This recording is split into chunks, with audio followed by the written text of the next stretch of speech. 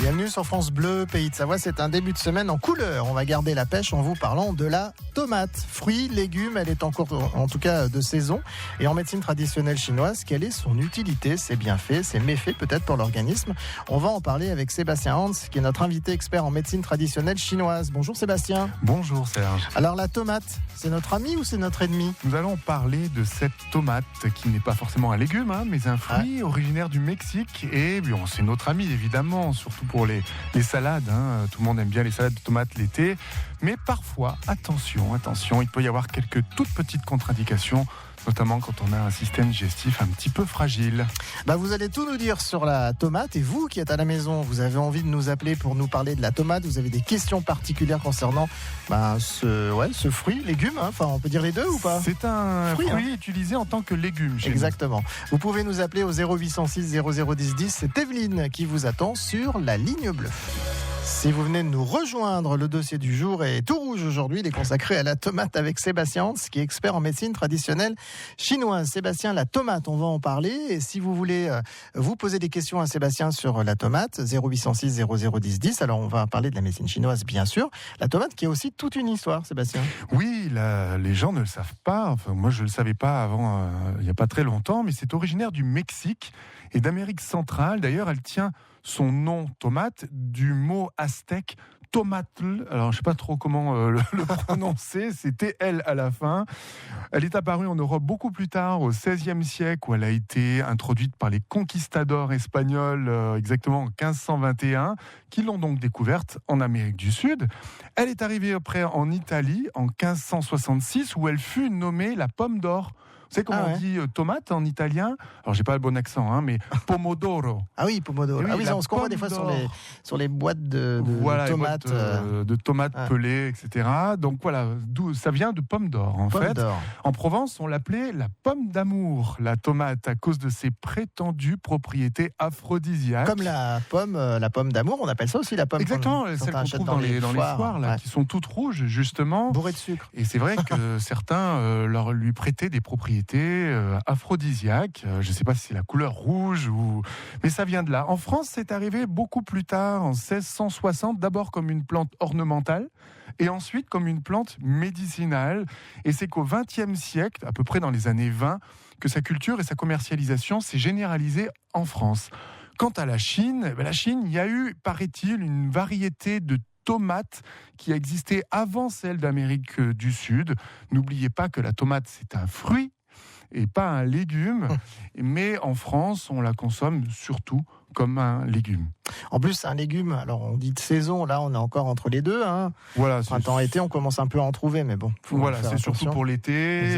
C'est un fruit rafraîchissant, on va en parler juste après, des propriétés de la tomate qu'on utilise souvent pour calmer la soif ou traiter même une attaque de canicule. Donc rafraîchissante alors. Ah oui, c'est très rafraîchissant et hydratant. Alors justement, quelles sont les vertus de la tomate, ses propriétés médicinales, ses contre-indications, parce que ça peut arriver.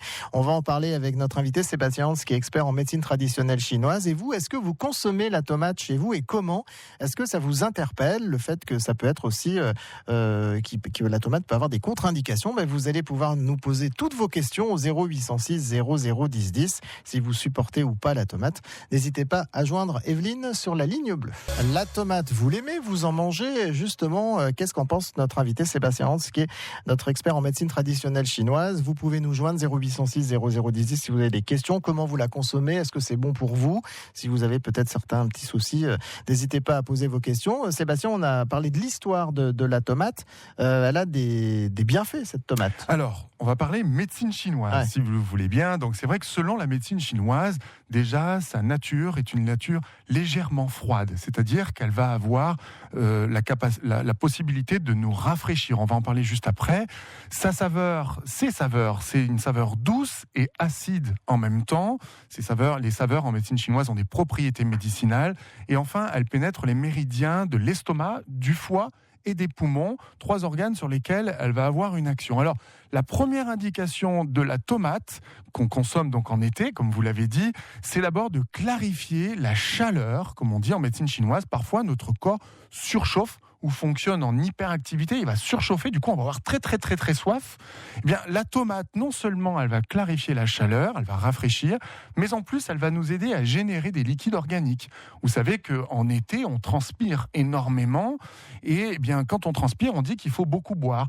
Simplement manger quelques tomates par exemple comme ça entre les repas le matin ou dans l'après-midi. Comme un fruit, puisqu'on dit qu'en plus c'est un fruit. Vraiment comme un fruit, va nous rapporter une grande quantité de liquide organique tout en nous rafraîchissant, en nous hydratant. Quand vous avez très soif, que vous êtes très agité, que vous avez la gorge sèche.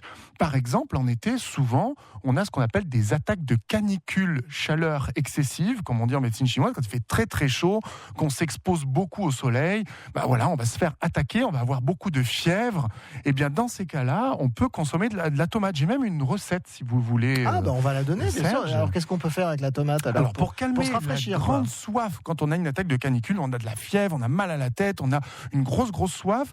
Alors, chers auditeurs, vous épluchez une petite tomate, vous la coupez en morceaux et vous la saupoudrez légèrement de sucre cristallisé. C'est une recette très populaire en Chine et l'association de la tomate, de sa nature, et du sucre qui est de saveur douce et très hydratante aussi, va rapidement nous étancher notre soif et calmer cette attaque de chaleur excessive en été qu'on peut avoir chez les enfants. Les enfants, par exemple, adorent cette recette. Oui, parce que surtout, on le dit tout le temps, quand il fait chaud, il faut s'hydrater, il faut boire, donc ça peut être aussi pour les enfants, pour les personnes plus âgées, pour tout le monde en fait. Exactement, oui. Les enfants aiment beaucoup la tomate en général. Avec un tout petit peu de sucre cristallisé, pas beaucoup comme ça, ils adorent ça, c'est limite une confiserie pour l'été.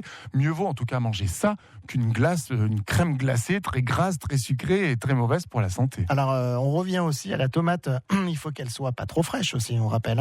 Oui, alors il faut surtout qu'elle soit très mûre et pas sortie du frigo, pour qu'elle puisse être digeste. Sinon, le système digestif, il va pas pouvoir la digérer et on va avoir des problèmes digestifs. Autre propriété, si vous le voulez bien, de la tomate, selon la médecine chinoise, c'est qu'elle va nourrir le foie et rafraîchir le sang. Comme par exemple, on a les yeux très secs, avec une vision trouble, que l'on a des saignements également l'été, quand on saigne du nez ou qu'on a des gencives qui vont se mettre à saigner, eh bien, la tomate va nourrir ce qu'on appelle en médecine chinoise le yin du foie, va apaiser, rafraîchir cet organe et nous rafraîchir le sang également pour éviter tout type d'hémorragie que l'on peut avoir en été. Voilà, en tout cas, les bienfaits et les vertus de la tomate. On en parle ce matin. Si vous souhaitez intervenir, vous avez des questions par rapport à ce que vient de nous dire Sébastien Hans, vous avez d'autres questions, des témoignages, vous pouvez nous joindre au 0806 00 10 10 et dans quelques minutes, on accueillera Arlette qui est à Bourgneuf, qui aura donc quelque chose à nous dire sur la tomate. La vie en bleu sur France Bleu Pays de Savoie. Serge Carbonel. Notre dossier du jour avec Sébastien Hans, qui est expert en médecine traditionnelle chinoise. On évoque ce matin la tomate. Sébastien, vous pouvez aussi appeler le 0806 00 10 10 pour poser vos questions, si vous supportez la tomate. Si ce que vous a dit Sébastien, ça vous a surpris aussi, parce que c'est quand même plus notre ami que notre ennemi, mais c'est toujours pareil, il faut être consommé toujours en équilibre. Il ne faut pas trop en manger, ni pas assez. Ni trop, ni pas assez, toujours l'équilibre. Et puis au bon moment aussi, ça c'est important. Des fois, il y a les fruits, par exemple, la règle d'or, c'est entre les repas. Jamais pendant ou après. C'est mieux entre les repas parce que pendant, ça stoppe la digestion. Et donc, du coup, ça permet une putréfaction dans le ventre. Ça fermente. Pas être bien. C'est pour ça que des fois, on a mal au ventre exactement. Après manger. Parce que, exactement. Alors que les fruits, entre les repas, vont directement se digérer dans l'intestin grêle et ça va être beaucoup mieux. Bon, on va accueillir Arlette qui a quelque chose à nous dire. Si vous avez envie d'intervenir, dépêchez-vous. Il vous reste moins de 10 minutes. 0806 00 10 10. Bonjour Arlette. Bonjour. Vous êtes à Bourgneuf. Non, je suis à Chambéry là en ce moment. Alors, vous êtes où exactement ? On ne vous a pas entendu. À Chambéry. Ah d'accord, ok. Alors, qu'est-ce que vous avez envie de nous dire sur la tomate ? Alors la tomate, moi je sais qu'en famille, là, j'ai certains membres de ma famille qui sont un peu trop allergiques, je sais pas si elles en mangent trop et tout, quand elles mangent beaucoup de tomates, et le fait que depuis qu'elles ont ce problème, ça leur provoque des cystites, et depuis qu'elles enlèvent la peau, qu'elles épluchent les tomates, ça va mieux. Alors c'est dû à quoi ce genre de cystite ? Sébastien. Alors en fait la peau de la tomate, c'est vrai qu'elle n'est pas très très digeste, elle peut provoquer, comme vous le dites, des cystites, mais aussi des aigreurs, beaucoup d'aigreurs et d'acidité au niveau de l'estomac. Probablement que ça vient du côté acide qui est essentiellement concentré dans la peau. Voilà. Mais ça provoque pas d'acide urique comme certains aliments, non? C'est pas... Alors non, c'est pas. Alors la cystite ou les infections urinaires, les cystites peuvent avoir plusieurs causes différentes. Quand on a de la goutte, qu'on a de l'acide urique en excès, c'est plus parce qu'on a consommé beaucoup de charcuterie ou beaucoup d'alcool en fait. Les causes sont différentes pour un même effet finalement. Voilà, Arlette, vous avez vu, la tomate, ça a beaucoup d'effets, beaucoup de vertus, aussi des contre-indications, on va en parler tout à l'heure, puis ça dépend aussi des variétés de tomates. On va vous remercier de votre appel et on va vous souhaiter une bonne journée. Si vous aussi, vous souhaitez bien sûr poser vos questions ou intervenir, vous pouvez nous joindre, 0806 0010 10. On se retrouve avec Sébastien Hans, notre expert en médecine traditionnelle chinoise, pour continuer à parler de la tomate. Notre dossier du jour est consacré à la tomate avec Sébastien Hans, expert en médecine traditionnelle chinoise. Vos dernières questions, vous pouvez nous les poser au 0806 0010 10. Sébastien, on a appris que la tomate, c'était un tonifiant pour l'estomac, c'était bien, ça rafraîchissait quand il fait très chaud. Quand on met très peu de sucre dessus, ça nous permet d'être... De calmer la soif, d'étancher la soif, d'hydrater l'organisme. Et puis, comme vous le dites, elle renforce l'estomac, elle est apéritive. En fait, elle est apéritive. Donc, par exemple, des toutes petites tomates cerises, quand on les consomme lors d'apéritifs. Apéritif, ça veut dire quoi? Ça veut dire ouvrir l'appétit. En fait, oui. Donc c'est pour ça qu'on prend l'apéritif normalement avant de manger, avec des petites choses qu'on consomme pour nous ouvrir l'appétit. La tomate est apéritive. Quand il fait très très chaud, on parlait de la canicule tout à l'heure, donc les tomates c'est un fruit d'été, elle est fraîche. Quand il fait très très chaud, parfois en cas d'attaque de canicule, on va perdre l'appétit. On va plus avoir faim. D'ailleurs, en été, en général, on a moins faim qu'en hiver. On mange plus léger. En tout cas, il faut manger plus léger. Eh bien, la tomate, comme elle va rafraîchir l'estomac, elle va permettre d'un nouveau bien digérer, d'éliminer les aliments qui peuvent stagner dans l'estomac et d'ouvrir l'appétit pour les gens qui ont eu ces coups de chaud. Elle va avoir, selon aussi certains nutritionnistes chinois, d'autres propriétés. Par exemple, elle serait hypotensive pour les gens qui ont de l'hypertension c'est bien, alors. C'est bon, voilà, alors. donc ça c'est bien en consommer, c'est naturel. Les maladies rénales également, cardiaques ou hépatiques, elle aurait des propriétés dans toutes ces maladies, et certains nutritionnistes chinois la préconisent même dans la prévention du cancer parce que elle contient un grand nombre d'antioxydants. Elle a une action également diurétique non négligeable. Donc on parlait tout à l'heure d'infection urinaire. C'est vrai que la peau de la tomate est très acide et ça peut parfois donner peut-être des petites cystites. Mais par contre, quand on a les urines un peu foncées, concentrées, qu'on a quelques petites infections urinaires, consommer beaucoup de tomates qui génèrent beaucoup de liquide organique permet de favoriser les urines et donc de clarifier un petit peu le système urinaire. La tomate, il faut savoir qu'elle est composée de 90 à 95% d'eau. Elle a très peu de graisse, très peu de glucides. Donc pour les diabétiques, pour les gens qui veulent perdre du poids, c'est hypocalorique. Donc jetez-vous sur les tomates, mais attention. Il y a des contre-indications. Mon conseil, c'est vraiment de les prendre le plus mûrs possible. Ça, de toute façon, c'est la règle pour tous les fruits. En général, il faut les consommer mûrs, sinon on va mal les digérer. Et puis, ne pas les prendre vertes. Vous savez pourquoi, Serge? Il ne faut pas.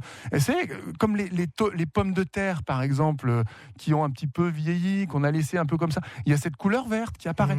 Eh bien, c'est une petite toxine qu'il y a dans cette couleur verte de la tomate un petit peu verte, pas suffisamment mûre, qu'on appelle la solanine.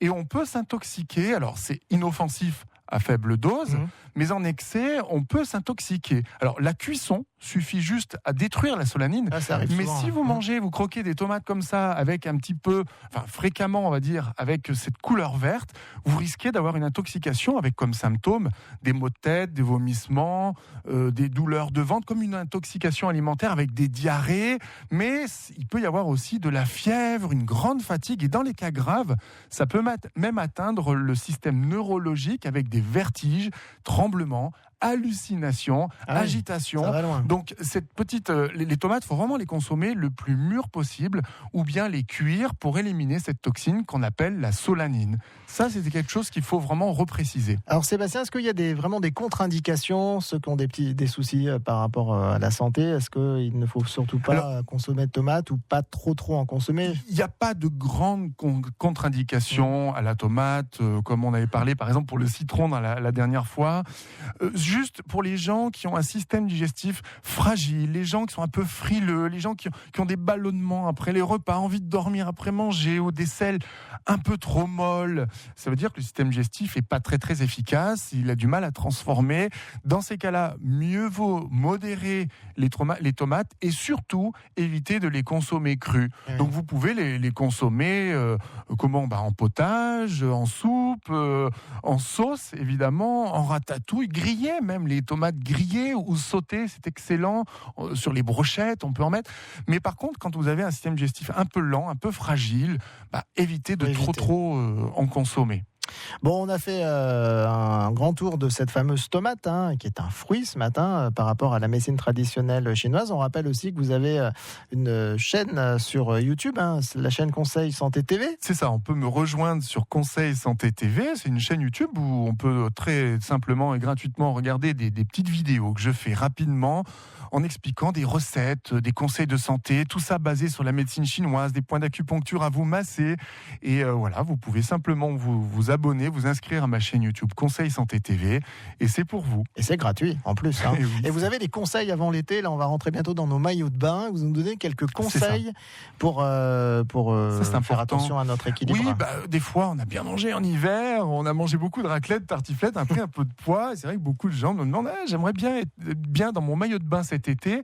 J'ai fait toute une série de 9 épisodes sur la perte de poids, toujours basé sur la médecine traditionnelle chinoise, avec des conseils très simples.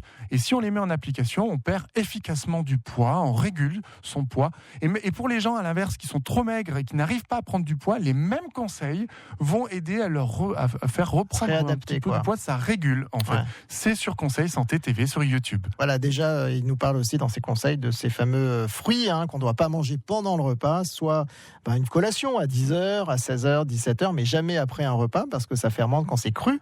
Quand c'est cuit, c'est pas pareil. Oui, c'est ça. Et puis n'abusez pas du cru. C'est vrai que là, il va faire chaud, on va avoir envie de manger des salades de fruits, des salades de tomates. Froid, c'est très mauvais. Et voilà, de boire froid, de manger des glaces. Écoutez, selon la médecine chinoise, si vous insistez beaucoup trop sur le froid et le cru l'été, ça va, abaisser votre capacité à fabriquer une bonne immunité pour l'hiver et à bien vous défendre en hiver. Donc, on parlait de la cigale et de la fourmi. Il paraît qu'il faut bien travailler en été pour préparer son hiver.